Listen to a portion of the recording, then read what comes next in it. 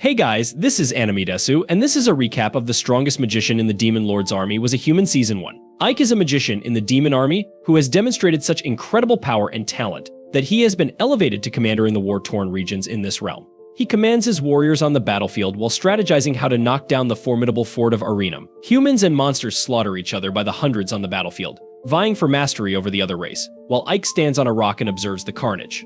After a protracted battle, they finally smash through the castle's main gate and enter. But the humans do not back down, fighting fiercely and sacrificing their lives to protect their stronghold.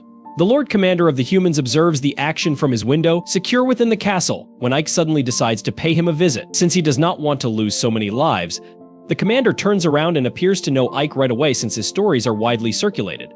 Ike admits that he is the leader of the 7th Legion of the Demon King Army, also known as the Immortal Brigade.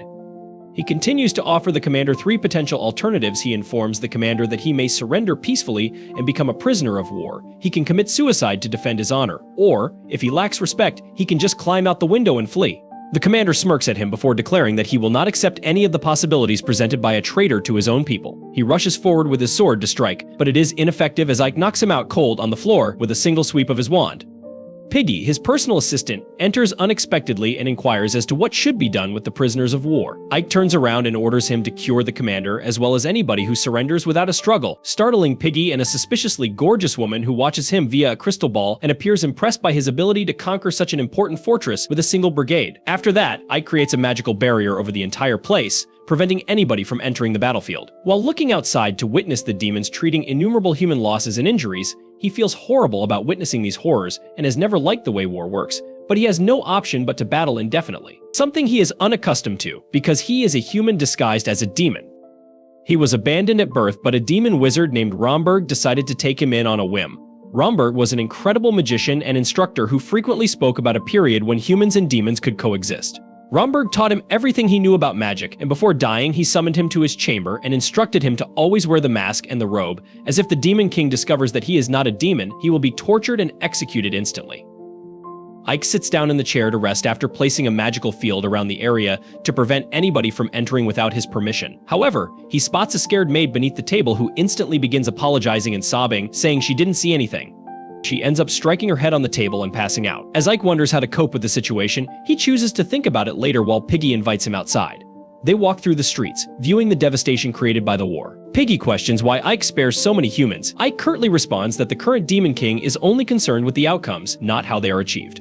However, he states that many demons believe Ike is too kindly with humans, and that it would be better if they slaughtered all of the citizens and set fire to the streets. Ike refuses to do anything like this, telling Piggy that people must pay taxes because war is expensive. Furthermore, Arsum is a commerce city, and humans are required to maintain it. The huge Piggy appears to be confused as Ike comes to a halt when a group of humans approaches. Piggy instantly cautions them and tells them to piss off, but Ike instructs them to say anything they want. One of the locals inquires as to how much more tax they will be required to pay to the demon army. To their astonishment, Ike informs them that taxes will remain the same as before, which makes them delighted. However, he cautions them that if they attempt to defy the soldiers, they will be punished. While he is saying this, he vanishes in a dazzling light, shocking Piggy. Ike is horrified when he finds himself in a dark dungeon and is quickly assaulted by a gigantic monster. He dodges the punch and flees, swearing at the unknown woman that she shouldn't have called him in like this. The demon continues to assault him, so he produces a wand from his ass and executes a specific magic strike to defeat it immediately.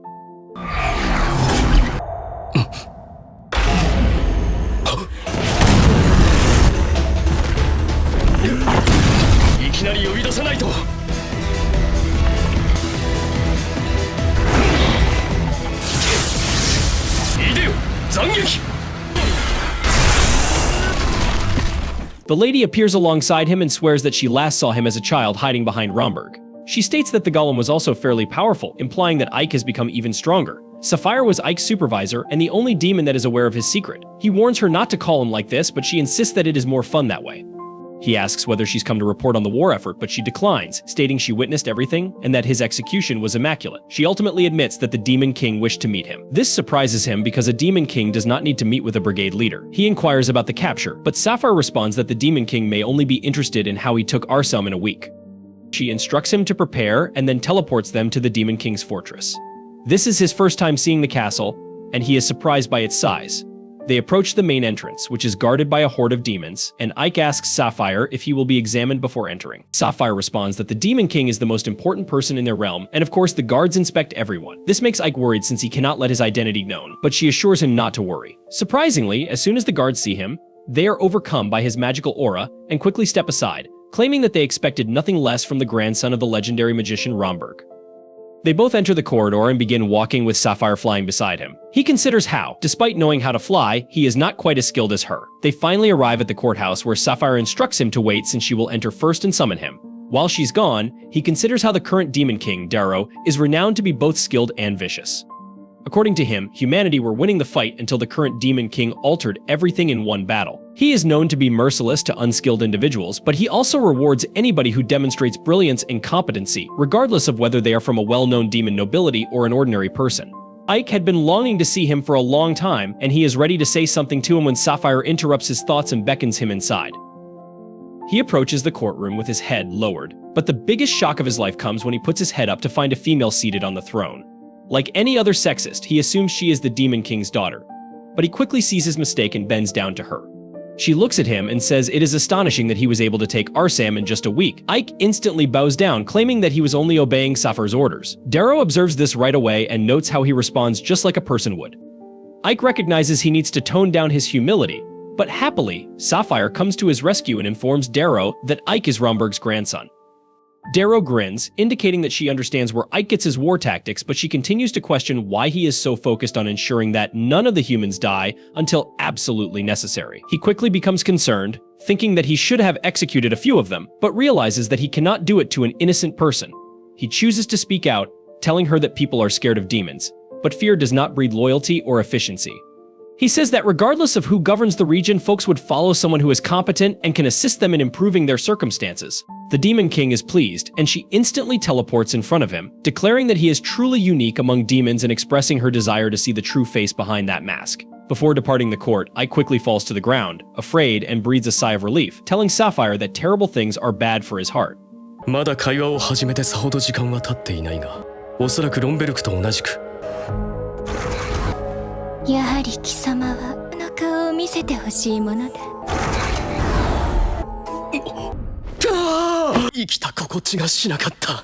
こんななりをしてますが、これが仮面だってバレちゃいましたよ。Sapphire advises him to cheer up since Darrow has decided to reward him, and he is meant to rule over the city of Arsam. He instantly teleports back to the castle in Arsam, where he discovers the maid sleeping on his chair, but she quickly rises and begins apologizing. He assures her not to worry since he would not injure her and asks for her name. She calls herself 13 and says that all slaves are assigned numbers rather than names. She states that her true name was studied before she became a slave, so Ike chooses to call her by that name solely. He informs her that she has already seen his actual identity, hence he cannot let her go. When she hears this, she rushes at him and begins weeping, but he begs her to calm down since he's not going to murder her. He informs her that she would be his personal maid from now on, and she quickly accepts. Later that day, he walks out to assess the damage to the city and knows that they must repair the fortifications since if the humans decide to strike, the city will fall instantly. He asks Piggy how long it will take to rebuild the defenses, and Piggy responds that if they utilize solely human labor, it should take 6 months. Ike realizes it's too long, and to Piggy's astonishment, informs him that they have 1 month to complete the task. Piggy believes that it is impossible, but Ike devises a strategy in which humans and demons collaborate. Piggy has never seen anything like this before, and he understands he is actually following a genius. Ike schedules shifts so that the job may be completed 24 hours a day, and the workers are even rewarded for their efforts, which encourages them to accomplish more. Piggy understands he is actually following a mastermind as he begins to shed tears of pleasure and considers how everyone would benefit if Ike became the new Demon King. This is the end of The Strongest Magician in the Demon Lord's Army was a Human Episode 1. Thank you so much for staying on this channel and watching our videos. Don't forget to like this video and subscribe to our channel so we can keep you updated with our latest content. See you in the next video.